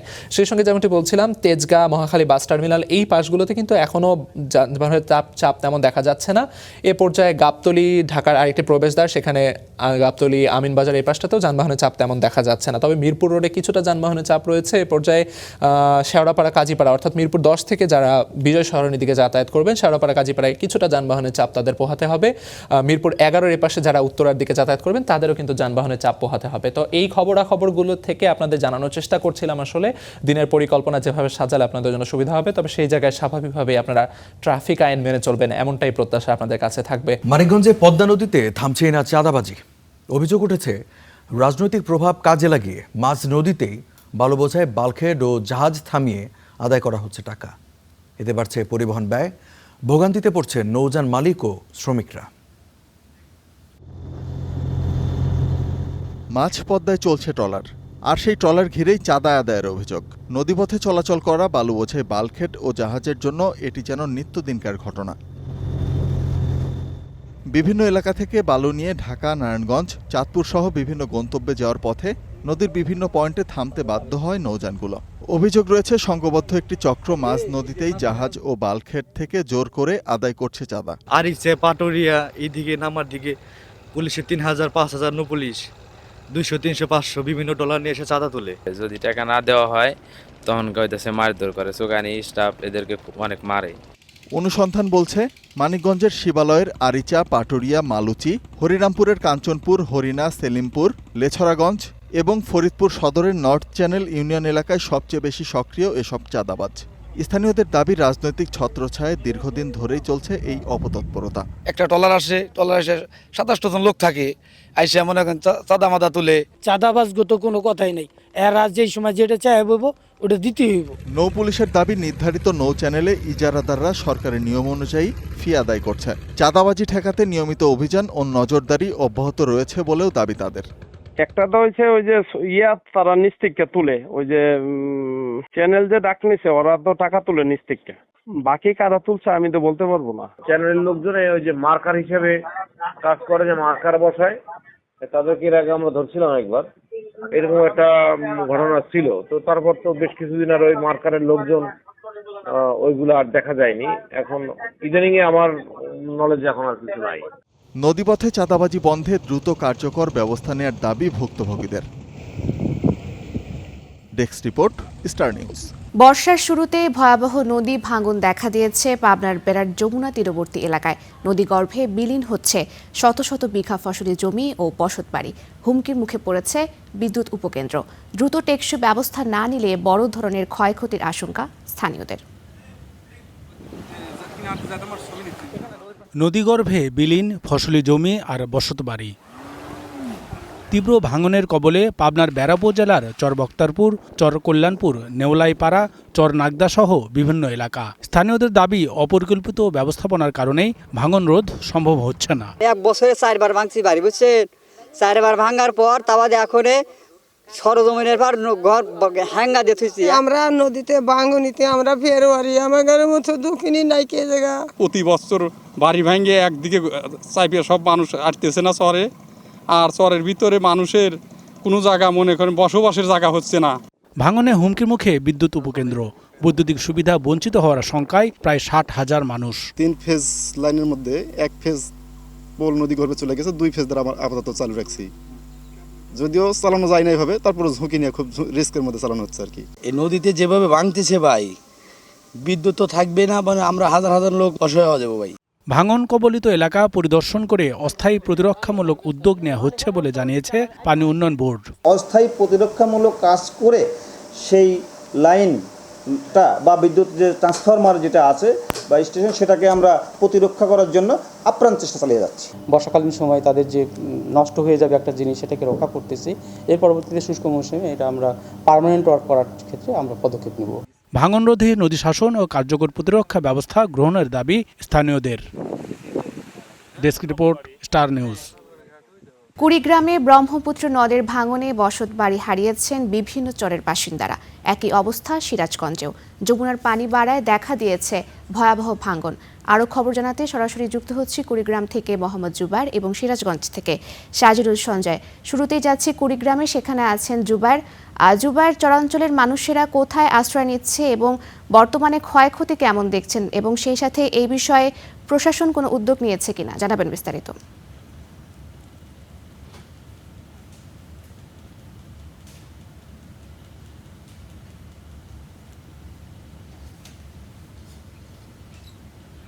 ঠিক আমার পিছনে দুটি চর রয়েছে, সাহেবের আলগা এবং তার পাশে রয়েছে বেগমগঞ্জ। আমি ঠিক যেখানে দাঁড়িয়ে আছি এটি চিলমারির রানীগঞ্জ ইউনিয়ন রয়েছে, তার ফকরিহাট যে ঘাট রয়েছে ঠিক সেখানে। এই ঘাটে কিন্তু দীর্ঘদিন ধরেই তীব্র যে ভাঙন সেটি কিন্তু চলছে। নানা অভিযোগ ছিল স্থানীয় মানুষজনের, অবৈধভাবে যে বালু উত্তোলন সেটির কারণে ভাঙনের একটা অভিযোগ তারা কিন্তু দিচ্ছিলেন। পাশাপাশি এই বর্ষা মৌসুম শুরুর আগ থেকেই কিন্তু এখানে একটা তীব্র ভাঙন দেখা দিয়েছিল। জানিয়ে রাখি যে কুড়িগ্রামের নদ নদীর যে ভাঙন সেটি কিন্তু দুই সময় দেখা যায়, বিশেষ করে যখন পানি উপচে পড়া পানি থাকে আর কি, অর্থাৎ বন্যা প্রবণ থাকে ঠিক সে সময়, এবং যখন পানি কিছু কম থাকে, দুই সময় কিন্তু ভাঙন দেখা যায়। আর বর্তমানে আমরা পানি উন্নয়ন বোর্ড থেকে যে তথ্য পেয়েছি, কুড়িগ্রাম জেলার মোট 36টি পয়েন্টে এই মুহূর্তে ভাঙন চলছেন। তার মধ্যে কিন্তু মাত্র 11টি পয়েন্টে তারা কিন্তু ভাঙন রোধে প্রাথমিকভাবে যে জিও ব্যাগ ফেলা সেই কার্যক্রম শুরু করতে পেরেছেন। তবে স্থানীয় মানুষ যারা রয়েছেন ভাঙন তীরবর্তী এলাকার, তাদের যেমনটি অভিযোগ যে এই সময় এসে জিও ব্যাগ ফেলাতে আসলে তারা কিন্তু আশানুরূপ কোনো প্রকার ফলই পাচ্ছেন না। দেখা যাচ্ছে যে কোথাও কোথাও জিও ব্যাগ সহ নদীতে বিলীন হয়ে যাচ্ছে। আমার হাতের বাঁ দিকে চিলমারির যে করাইল বরিশাল যে এলাকাটি রয়েছে, সেখানে কিন্তু গতকালে আমরা যে খবর পেয়েছি 20 থেকে 25টিরও উপরে ঘরবাড়ি বিলীন হয়ে গিয়েছে নদী ভাঙনের শিকার হয়। পাশাপাশি উলিপুরের যে জলঙ্গার কুঠি রয়েছে, বাবুরচর রয়েছে, সেখানে কিন্তু বর্তমানে তীব্র ভাঙন সেটি কিন্তু চলছে। আর সেখানে 50 মিটার মাত্র স্থানীয় জনগণের যে দাবি, তার প্রেক্ষিতে ভাঙন রোধে জিও ব্যাগ ফেলার কার্যক্রম সেটি কিন্তু আমরা দেখেছি। তবে একদিকে ভাঙন নদী জিও ব্যাগ ফেলার কারণে আবার অন্যদিকে এই ভাঙনের প্রভাবটা বেশি পড়েছে। সেখানে ঘরবাড়ি সরিয়ে নিচ্ছেন স্থানীয় যে মানুষজন, তারা কোথাও কোথাও আসলে ঘরবাড়ি সরিয়ে নেওয়ারও সময় হচ্ছে না, তার আগেই সেখান থেকে কিন্তু ঘরবাড়ির যে অবস্থা সেগুলো কিন্তু নদীতে ভেসে যাওয়ারও খবর আমাদের কাছে এসেছে। এই মুহূর্তে আসলে আমাদের কাছে তিস্তা নদীর পানি সহ অন্যান্য নদ নদীর পানি কমার তথ্য রয়েছে, তবে কমলেও পানি কমার সাথে সাথে কিন্তু ভাঙন কমার কোনো প্রকার খবর আমাদের হাতে আসেনি। সেটি কিন্তু তীব্র থেকে তীব্রতর হয়েই চলেছে। স্থানীয় মানুষজনের দাবি, পানি উন্নয়ন বোর্ড যদি দ্রুত ব্যবস্থা না নেয় সেক্ষেত্রে কিন্তু এই অঞ্চলের মানুষজন নদী ভাঙন নিয়ে অন্য সকল বারের থেকে এবারে বেশি একটা ভয়ঙ্কর পরিস্থিতিতে পড়বেন। তো এই ছিল আমার কাছে কুড়িগ্রামের নদ নদীর ভাঙন নিয়ে সর্বশেষ। জুবায়ের, আপনাকে ধন্যবাদ। দর্শক, এই পর্যায়ে সিরাজগঞ্জে যেতে চাই, সেখানে আছেন সাজিরুল সঞ্জয়। সঞ্জয়, বর্তমানে সিরাজগঞ্জে কি অবস্থা দেখছেন এবং নদী ভাঙনের ক্ষেত্রে প্রশাসন কোনো উদ্যোগ নিয়েছে কিনা জানাবেন বিস্তারিত।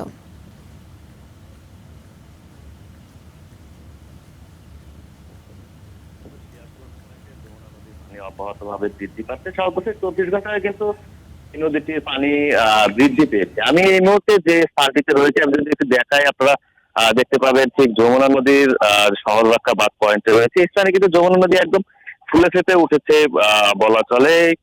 সিরাজগঞ্জের দুটি পয়েন্টে মূলত যমুনার পানির পরিমাপ করা হয়ে থাকে, একটি সিরাজগঞ্জ শহররক্ষা বাঁধ এবং একটি কাজীপুরের মেঘাই ঘাট পয়েন্ট। দুটি পয়েন্টেই কিন্তু আসলে যমুনা নদীর পানি অব্যাহতভাবে বৃদ্ধি পাচ্ছে, যদিও এখনো বিপদসীমার অনেকটা নিচে রয়েছে। একটি বিষয় যে সিরাজগঞ্জে কিন্তু আসলে যমুনা নদীর পানি বৃদ্ধি শুরু হওয়ার সাথে সাথেই সিরাজগঞ্জের সদর, কাজীপুর, শাহজাহানপুর এবং চোখালী উপজেলায় যেগুলো যমুনা তীরবর্তী এলাকা সেখানে কিন্তু তীব্র ভাঙন দেখা দিয়েছে। সর্বশেষ আমরা যতটুকু জানতে পেরেছি যে গত সন্ধ্যা থেকেও কিন্তু সিরাজগঞ্জ সদর উপজেলার যে বাহুকা রয়েছে সেখানে গত সপ্তাহে ভাঙন দেখা দিল, সেটি কিন্তু আবার পুনরায় কাল সন্ধ্যা থেকে কিন্তু আবারও ভাঙন দেখা দিয়েছে। এছাড়া চোহালিতে দুটি ইউনিয়ন অর্থাৎ বাগুটিয়া এবং সোয়াতসলেবাদ ইউনিয়নে কিন্তু যে নদী ভাঙন সেটি কিন্তু এখনো অব্যাহত রয়েছে। যদিও আসলে পানি উন্নয়ন বোর্ড থেকে বলা হচ্ছে যে ভাঙন রোধে জিও ব্যাগ ফেলা হচ্ছে, বিভিন্নভাবে ভাঙন রোধের জন্য প্রচেষ্টা তারা অব্যাহত রেখেছে।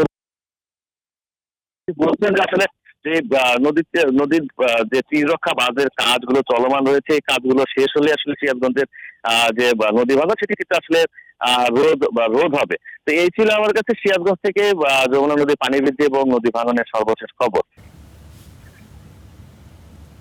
সঞ্জয়, আপনাকে ধন্যবাদ। দর্শক, সিরাজগঞ্জ এবং কুড়িগ্রাম থেকে যুক্ত হয়েছিলেন সহকর্মীরা, তারা জানাচ্ছিলেন নদী ভাঙনের সর্বশেষ পরিস্থিতি সম্পর্কে। খাগড়াছড়িতে অকেজো দুটি স্লুইস গেট, তাই নামছে না বৃষ্টির পানি, ডুবছে সড়ক, ব্যাহত কৃষিকাজও। এই চিত্র খাগড়াছড়ি রাঙামাটি সড়কের মহালছড়ি মাইশছড়ি এলাকার। বৃষ্টি হলেই দেখা দেয় এমন জলাবদ্ধতা, ব্যাহত হয় যোগাযোগ। এছাড়া সড়কের 24 মাইল সহ আরও বেশ কিছু জায়গাতেই একই চিত্র, বৃষ্টিতে জলাবদ্ধতা, যান চলাচল বিঘ্নিত হওয়ার পাশাপাশি ঘটছে দুর্ঘটনাও। এতে দুর্ভোগে সড়ক ব্যবহারকারীরা। রাস্তাগুলো যদি একটু উঁচা হয়, পাশে যদি ড্রেন হয়, তাহলে যাতায়াতের জন্য মনে হয় আমাদের সুবিধাটা ভালো হবে। সামান্য বৃষ্টি হলে মাইশের বাজার মানে পানি ডুবে যায়, ঘর বাড়ি ডুবে যায়। কিছু সুইচ গেটটা তুলে নেওয়ার জন্য সরকার কাছে বিনীত অনুরোধ করতেছে, জোর দাবি করতেছে। সড়কের পাশে দুটি স্লুইস গেট আছে, তবে সংস্কারের অভাবে দীর্ঘদিন ধরেই তা অচল। এতে বাধাগ্রস্ত হচ্ছে পানি নিষ্কাশন, আর তার প্রভাব পড়ছে সড়কে, সাথে ক্ষতিগ্রস্ত আবাদও। 320 হেক্টর জমিতে আমাদের এখানে আউশের আবাদের টার্গেট লক্ষ্যমাত্রা রয়েছে। তো সেখানে হঠাৎ জলাবদ্ধতা যখন সৃষ্টি হয় তখন কৃষক ক্ষতিগ্রস্ত হচ্ছে। আমরা আশা করছি এটা যদি সংস্কার করা হয় সেক্ষেত্রে আমাদের এখানকার কৃষক অর্থাৎ মহালছড়ির কৃষক অনেক বেশি উপকৃত হবে। সম্প্রতি ঘটনাস্থল পরিদর্শন করেছেন মহালছড়ি উপজেলা নির্বাহী কর্মকর্তা। দ্রুত সমস্যা সমাধানের আশ্বাস দিয়েছেন তিনি। দুইটা মিটিং হয়েছে, মিটিংয়ে এটার সকল অংশীজনের মাধ্যমে সাথে এটা আলোচনা হয়েছে এবং আলোচনা করে আমরা দুইটা কমিটি করে দিয়েছি। ওরা 3 কর্মদিবসের মধ্যে একটা প্রতিবেদন দেবে এবং প্রতিবেদনের প্রেক্ষিতে আমরা এটা অপসারণ কিংবা সংস্কার এটা আমরা করব। খাগড়াছড়ি রাঙামাটি 61 কিলোমিটার দীর্ঘ। Desk report, star news. দর্শক, মিয়ানমারের রাখাইন রাজ্যে ভারী গোলার বিকট শব্দে কেঁপে উঠছে কক্সবাজারের টেকনাফ সীমান্ত। এতে সীমান্তবর্তী মানুষের মধ্যে দেখা দিয়েছে আতঙ্ক। এ বিষয়ে আরো খবর জানবো। টেকনাফ থেকে আমাদের সাথে যুক্ত হচ্ছেন সহকর্মী শহীদুল্লাহ, এবং শহীদের কাছ থেকে জানতে চাইবো সীমান্তের রাতভর গোলাগুলির শব্দ পাওয়া গেছে এবং সেখানে ব্যাপক মাইন বিস্ফোরণের খবরও পাওয়া গেছে। বর্তমান পরিস্থিতি কি?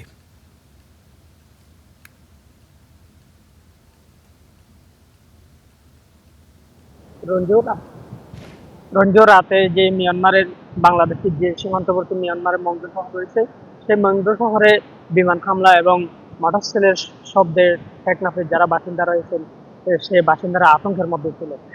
টেকনাফে যারা সীমান্তবর্তী এলাকা রয়েছে সেখানে বিকট শব্দের আওয়াজ এসেছে। অনেকে মনে করছেন সেটা ভূমিকম্প অনুভূত হয়েছে, সেটা মনে করছিলেন। কিন্তু পরবর্তীতে আমরা যে তথ্য পেয়েছি, মিয়ানমারের যে গণমাধ্যম রয়েছে সেখানে আমরা যে তথ্য পেয়েছি, মিয়ানমারে প্রায় 27টিরও বেশি বিমান হামলার ঘটনা ঘটেছে। সেই তথ্য পাওয়ার পরে আমরা বাংলাদেশের যারা সীমান্তবর্তী বাসিন্দা রয়েছে তারা অনেক আতঙ্কের মধ্যে ছিলেন। ফলে যে যারা এখানে সীমান্তে যারা ডিউটিরত অবস্থায় উপজেলা প্রশাসন রয়েছেন, বিজিবি কোস্টগার্ড রয়েছেন, তারা বলছেন যে তারা আমাদেরকে যে তথ্য দিয়েছেন উপজেলা প্রশাসনের পক্ষ থেকে, বিজিবি এবং কোস্টগার্ড সতর্ক অবস্থানে রয়েছেন যেন মিয়ানমার থেকে অনুপ্রবেশ বা কোনো ধরনের অপ্রীতিকর ঘটনা পরিস্থিতি মোকাবেলার জন্য তারা সতর্ক অবস্থানে রয়েছেন বলে আমাদেরকে জানিয়েছেন। তবে আমরা যে সীমান্তবর্তী এলাকাতে রয়েছে সে এখন পর্যন্ত কিন্তু সকালে একটু শান্ত রয়েছে। আমরা অনেকের সাথে কথা বলছিলাম, তারা বলছেন যে রাতে গোলাগুলির ঘটনা ঘটেছে, আমরা বিকট শব্দ পেয়েছি, কিন্তু এখন সকাল থেকে কিন্তু এখন শান্ত রয়েছে বলে আমাদেরকে জানিয়েছেন। এই ছিল আমার কাছে টেকনাফ থেকে সবশেষ। শহীদ, আপনাকে ধন্যবাদ। চাকরির নিশ্চয়তা নিয়ে 2 মাস আগে বাংলাদেশ থেকে একসঙ্গে রাশিয়া গেছেন 30 বাংলাদেশি। অভিযোগ, মস্কো বিমানবন্দরে নামার পরই তাদের 2 রুশ নাগরিকের হাতে তুলে দেওয়া হয়। এরপর আর কারখানায় নয়, তাদের পাঠানো হয় ইউক্রেন রাশিয়া যুদ্ধের ফ্রন্টলাইনে। কেউ আহত হয়ে হাসপাতালে, কেউ এখনও যুদ্ধক্ষেত্রে। তাদের পরিবারের সাথে নেই কোনো যোগাযোগ, অথচ সবাই বৈধ ভিসা ও সরকারি অনুমোদন নিয়েই রাশিয়া গিয়েছিলেন। কিভাবে চাকরির স্বপ্ন যুদ্ধের দুঃস্বপ্নে পরিণত হলো, সেই অনুসন্ধান করেছেন সহকর্মী ইমতিয়াজ আহমেদ। 2 মাস আগে সুস্থ শরীরে বাংলাদেশ ছেড়েছিলেন ঝিনাইদহের রাজন। এখন রাশিয়াতে ক্র্যাচ ভর দিয়ে হাঁটেন তিনি। ভিনদেশের হয়ে যুদ্ধ করে আহত হয়েছেন। আমাদেরকে এখান থেকে যেভাবে উদ্ধার করে এখন হাসপাতাল অবস্থায় আছে। আমার 2 পায়ের অবস্থা প্রচণ্ড খারাপ। জানি না আবার যে কোনো সময় ফোন লাইনটা আমাদের দিয়ে দিবে। আপনারা প্লিজ আমাদেরকে এখান থেকে উদ্ধার করেন। রাজনের চেয়ে কিছুটা ভাগ্যবান চাঁদপুরের মইনুদ্দিন ও তার কয়েকজন সহযাত্রী। তারা এখনও বেঁচে আছেন, কিন্তু আতঙ্কে দিন কাটছে কখন আবার ঠেলে দেয়া হয় যুদ্ধের ময়দানে। আমরা চাই দেশে যাই মরতে, আমরা মুসলিম, আমরা চাই আমাদের মৃত্যুর পর যেন জানাজা হয়। এভাবে শিয়াল কুকুরের মতো আমরা মরতে চাই না, প্লিজ। চলতি বছরের 7 মে বাংলাদেশ থেকে 30 জনকে শ্রমিক ভিসায় একসঙ্গে পাঠানো হয়েছিল রাশিয়ায়। এই হাসিমুখের সেলফিটা ছিল তাদের শেষ ছবি। এরপর তাদের তুলে দেওয়া হয় 2 রুশ নাগরিকের হাতে। রাশিয়ায় হাসপাতালের এক চিকিৎসককে অনুরোধ করে ভিডিও কল দিয়েছিলেন যুদ্ধে আহত আদনান। এর মধ্যে 3টি অপারেশন হয়েছে তার, কিন্তু জীবন নিয়ে দেশে ফিরতে পারবে কিনা সেটাও এখন অনিশ্চিত। 3 বছরের এই শিশু সন্তান জানে না তার বাবা কোথায়। ওদেরকে ড্রোনে অ্যাটাক করছে, ওরা 4 জন এক বাংকারে ছিল, 2 জন মারা গেছে। কে চায় বাবা অন্য দেশে গিয়ে এইভাবে এই নিঃস্বার্থ এইভাবে জীবন দিতে? কেউ চায় বাবা? ভাগ্যটা আরো বেশি খারাপ রেজাউল করিমের। 1 মাস ধরে সন্তানের কোনো খোঁজ পাচ্ছে না তার পরিবার। ছেলেকে ফিরে পাওয়ার আকুতি নিয়ে দিনরাত শুধু কেঁদেই চলেছেন তার মা। কই আছে আমি কিচ্ছু জানি না, কেমন আছে কিচ্ছু জানি না বাবা, আমি কিচ্ছু জানি না। 4 মাস আগে বিয়ে করা নববধূ আর প্যারালাইজড বাবার এখন শুধুই অপেক্ষা। আমাদের প্রধানমন্ত্রীর কাছে আমাদের সবিনয় অনুরোধ, দয়া করে আমাদের ছেলেকে খোঁজখবর নিয়ে আমাদের একটু জানান, বাংলাদেশে সুস্থ শরীরে আমাদের কাছে এনে দেন। দালালে আমাকে খালি আশ্বাস হয়ে দিস দিয়ে সে পলাই গেছে। শ্রমিক ভিসায় রাশিয়ায় গিয়ে প্রতারিত হয়েছেন এমন 30 জনের তালিকা হাতে এসেছে স্টার নিউজের। সবার গল্প প্রায় একই। ড্রোন কারখানায় চাকরি দেওয়ার প্রতিশ্রুতিতে সেখানে নেওয়া হলেও ঠেলে দেওয়া হয়েছে যুদ্ধের ময়দানে। আর এই প্রতারণার পেছনে রয়েছে টিএস ওভারসিজ, আরএস ইন্টারন্যাশনাল ও জাবেলিনু রিক্রুটিং এজেন্সি। কিন্তু এসব প্রতিষ্ঠানের সবাই লাপাত্তা, অফিসে ঝুলছে তালা। কিন্তু প্রতারণার শিকার এই ৩০ জনই বৈধভাবে রাশিয়ায় গিয়েছিলেন। সবারই ছিল জনশক্তি কর্মসংস্থান ও প্রশিক্ষণ ব্যুরো বিএমইটির নিবন্ধন। তবে সেখানে গিয়ে বদলে যায় তাদের জীবন। অন্যদিকে প্রবাসী কল্যাণ মন্ত্রণালয়েরও দায়সারা জবাব। প্রতিমন্ত্রী জানালেন, প্রতারিতদের দেশে ফেরাতে কূটনৈতিক প্রচেষ্টা চলছে। যুদ্ধটা পরিচালনা করে প্রতিরক্ষা মন্ত্রণালয়, আমরা যোগাযোগ করেছি পররাষ্ট্র মন্ত্রণালয়, কাজেই ওই সমস্ত দেশেরও তো একটা কমপ্লেক্সিটি আছে। এইগুলো আর কি নিরসন করে যতখানি পারা যায় সেই বিষয়ে আমরা ফোকাস দিচ্ছি। অভিবাসন বিশেষজ্ঞরা বলছেন, রাশিয়ায় ঝুঁকিতে পড়ে যাওয়া তরুণদের ফিরিয়ে আনতে সমন্বিত উদ্যোগ নিতে হবে সরকারকে। রাশিয়াতে অনেকদিন ধরেই যুদ্ধ চলছে এবং এটা একটা অ্যালার্ম বেল, একটা রেড সিগন্যাল যে কোনো ব্যক্তির জন্য। এটা সমন্বিত একটা উদ্যোগ দরকার। আমাদের সমন্বয়ের অভাবে অন্যান্যরা কিন্তু এই কাজটার মধ্যে ঢুকে যাচ্ছে।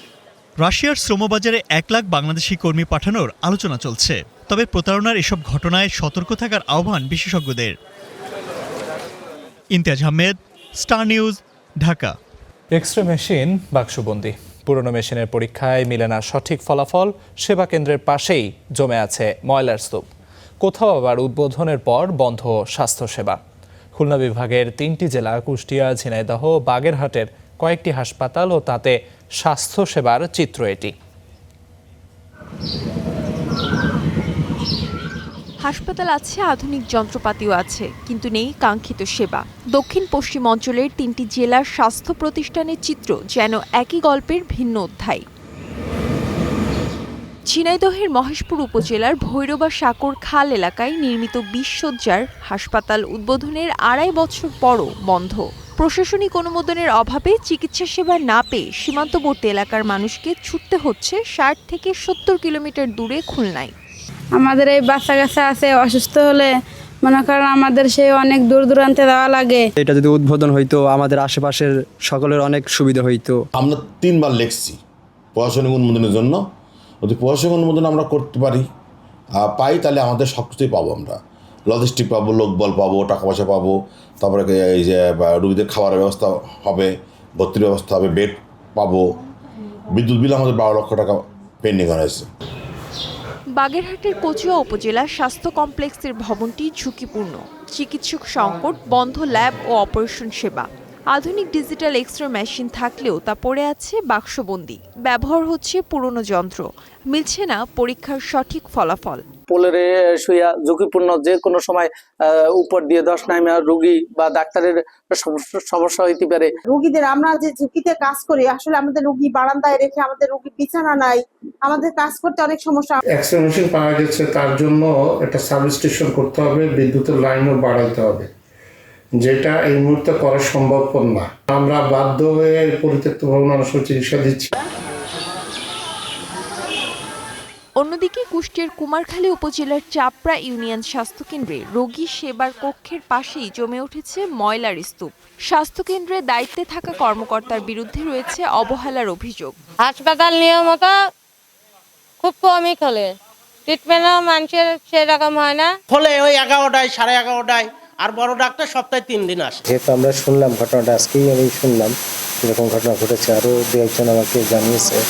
আমি চিফের সাথে কথা বলবো, বলে আমি এই বিষয়ে তদন্ত গঠন করব। বর্তমান সরকার নতুন বাজেটে সর্বোচ্চ অগ্রাধিকারের তালিকায় আছে স্বাস্থ্য খাত। তবে স্থানীয় পর্যায়ে সেবা নিশ্চিত করার ওপর গুরুত্ব দিয়েছেন সেবা বঞ্চিতরা। জান্নাতুন বিপা, স্টার নিউজ। আমের সয়লাভ ঢাকার বাজার ও ফুটপাত, তবে গুণগত মান নিয়ে আছে শঙ্কা। এছাড়া ভরা মৌসুমেও আমের দাম কিছুটা বেশি বলে অভিযোগ ক্রেতাদের। ব্যবসায়ীরা বলছেন, ভালো মান ও স্বাদের আম কিনতে একটু বাড়তি খরচ করতে হচ্ছে ক্রেতাদের। হরেক রকম দেশি ফলের রাজত্ব এখন রাজধানীর বাজারে। তবুও পাইকার থেকে খুচরা বাজার সবখানে আলাদা করেই নজর কাড়ে ফলের রাজা আম। ফজলি, আম্রপালি, লক্ষণভোগ সহ নানা দেশি আমের পাশাপাশি বিদেশি জাতের বানানা ও বাড়িফোর আমের বেচা বিক্রিও এখন জমে উঠেছে। তবে বাজারে কড়া মিষ্টি স্বাদের আম্রপালির চাহিদাই বেশি। আকার ও জাত ভেদে রয়েছে দামের ভিন্নতা। এবছর আমের দাম ও মান নিয়ে মিশ্র প্রতিক্রিয়া ক্রেতাদের মাঝে। ভরা মৌসুমেও দাম কিছুটা বেশি বলছেন ক্রেতারা। তবে দাম বেশি হলেও যেন গুণগত মান ঠিক থাকে, এমনটাই প্রত্যাশা ভোক্তাদের। এখন তো সিজন, হ্যাঁ সিজনে যদি মনে করেন 50 টাকা করে হয় পারফেক্ট, তাহলে পারফেক্টটা হয়তো সবাই খাইতে পারতো।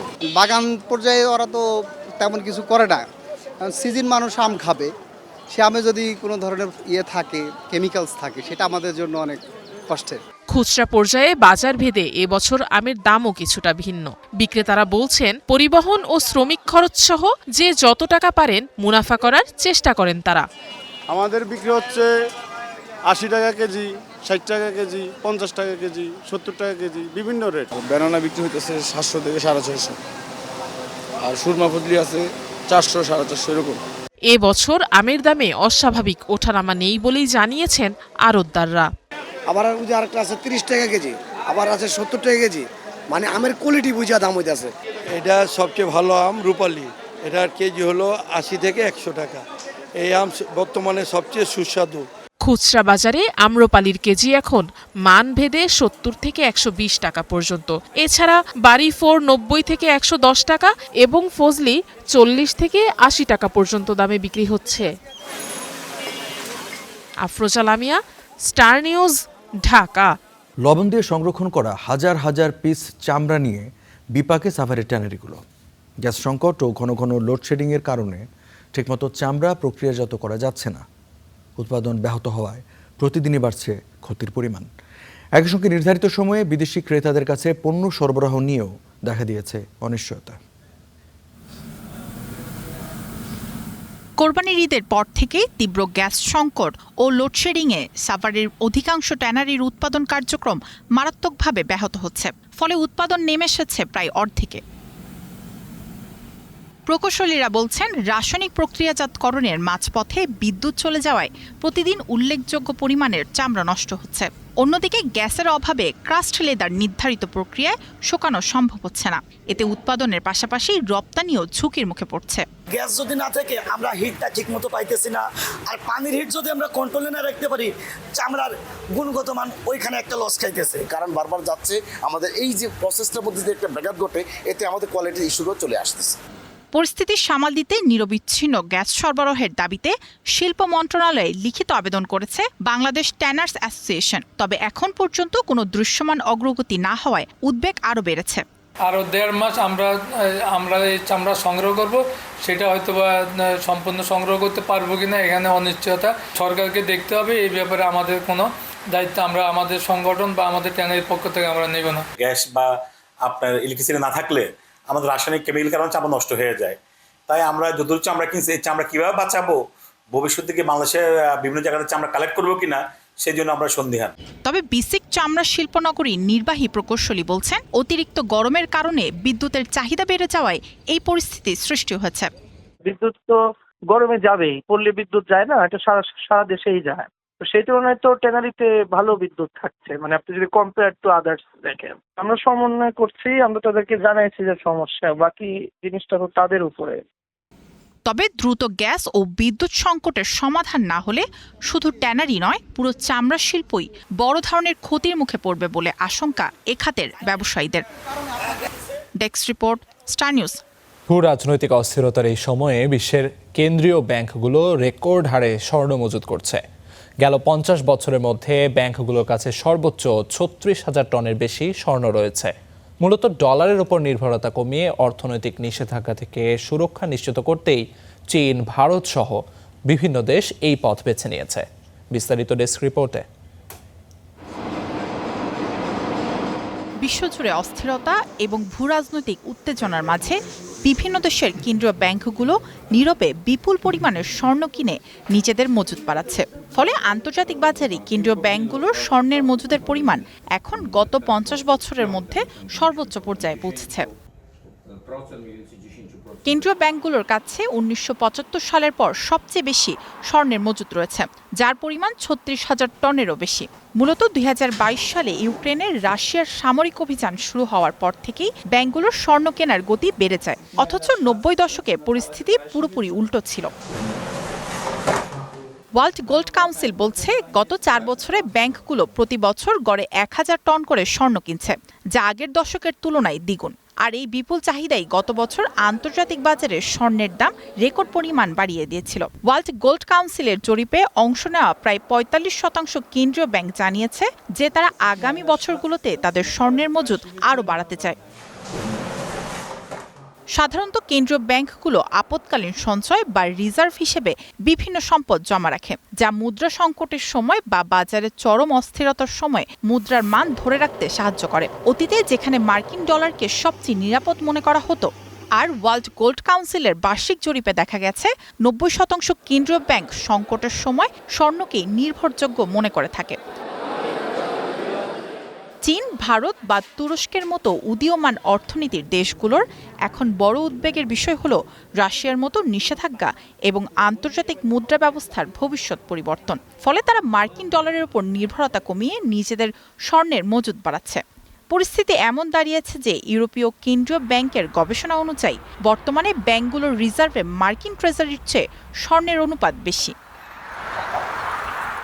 অর্থনৈতিক বিশ্লেষকরা মনে করছেন বর্তমানে এই পদক্ষেপটি মার্কিন ডলারের আধিপত্যের বিরুদ্ধে একটি সচেতন প্রতিরোধ হলেও যতদিন বিশ্বের ভূরাজনৈতিক ঝুঁকি ও অর্থনৈতিক অনিশ্চয়তা বজায় থাকবে ততদিন কেন্দ্রীয় ব্যাংকগুলোর কাছে স্বর্ণের চাহিদাও অপরিবর্তিত থাকবে।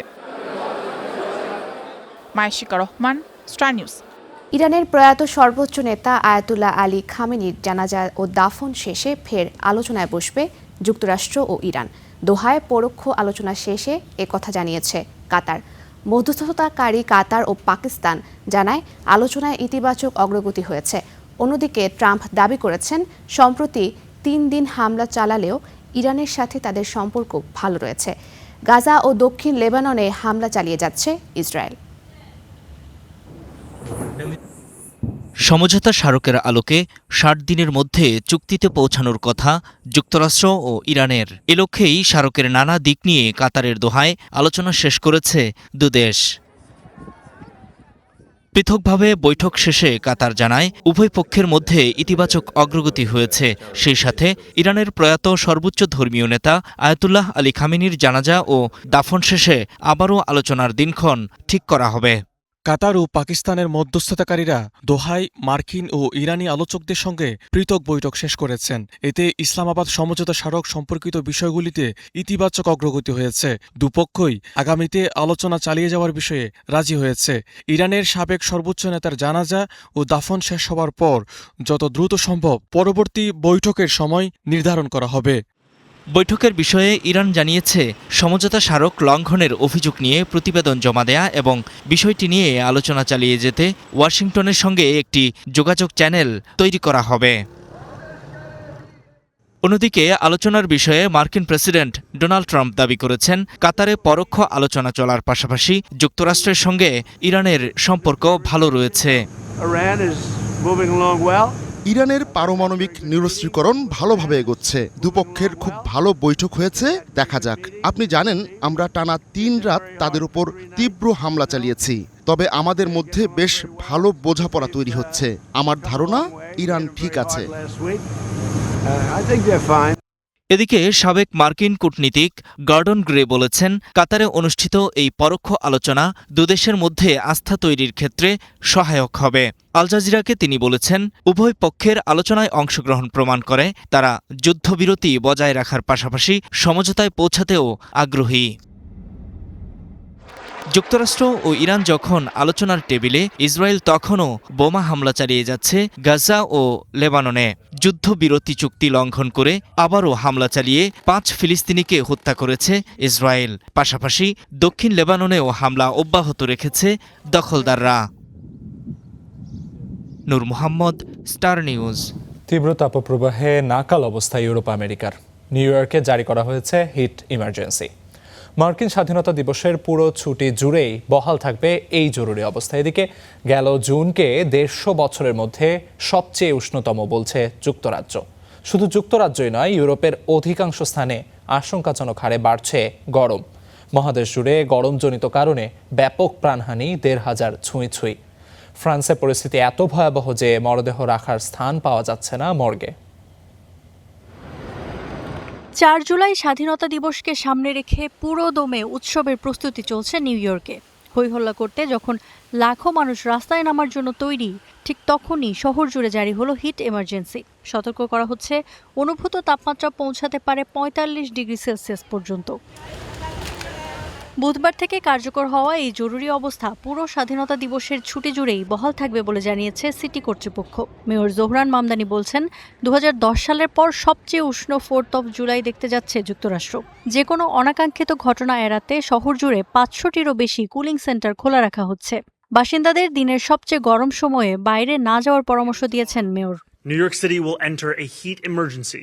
হিট ইমার্জেন্সি স্বাধীনতা দিবসের পুরো ছুটি জুড়ে বহাল থাকবে।